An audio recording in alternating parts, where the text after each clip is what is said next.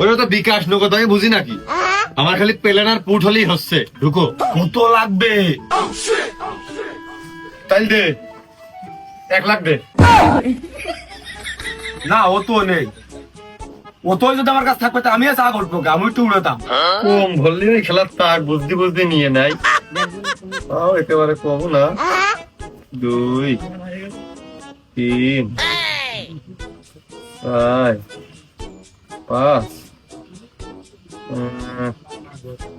কত আছে তোর কাছে? কত হবে না? যাক, সে ভ্লাজু অখররা তো দূর হয়েছে।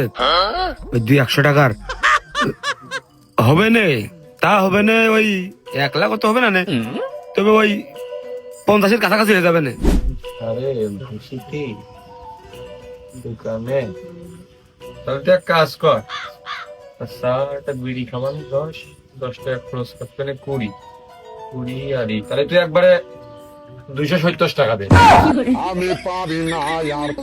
পার্থক্য নেই, ওই একই। শোন রে প্লেন বিকুল, প্লেন খেলতে খেলতে তো জীবনটাই পুরো মহাশূন্য উড়ার মতন হয়ে গেছে। ওই তোর চিন্তায় তো আর আমার চললে হবে না, বুঝিস নি? তুই এক কাজ কর, একবারে 30 টাকা বাড়িয়ে 300 ভরে দে। তোর তো লাভ হোক, আমার 019 দে।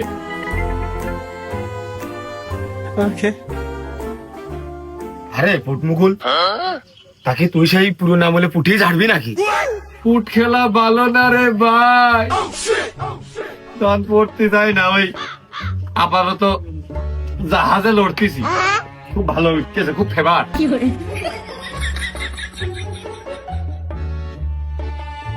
আমি 65 নম্বরে দিয়ে দিলাম,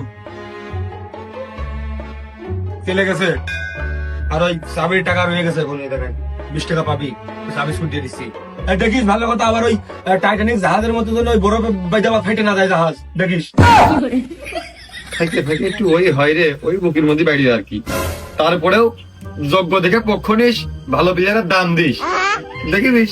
দেখি আমার ওই উঠিয়ে দেয়, দেখি আমার ওই কিসির টাকা, চুরি করার টাকা না, চাই আনা টাকা না, কিস্তির টাকা, সবাই জাহাজের তো দিতে টাকা। কোথা শুনতেছে যে কোনো মুহূর্তে মনে হয় আমার আর পাবি না নে।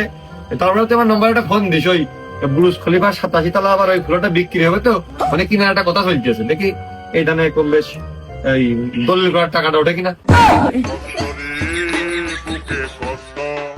আসলে এত টাকা আজ পর্যন্ত কেউ আমার কাছ থেকে ভরেনি, খামাখা তুই এ টাকা ভরে ওই কোনে কি প্লেন টেলেন উড়িয়ে তারপরে বুরুজ খলিফা কিনে আসছে। তুই যে টাকা আমার কাছে দিচ্ছিস ভরতেছিস, এনে তো বুরুজ খলিফা দোকানে যায় রে।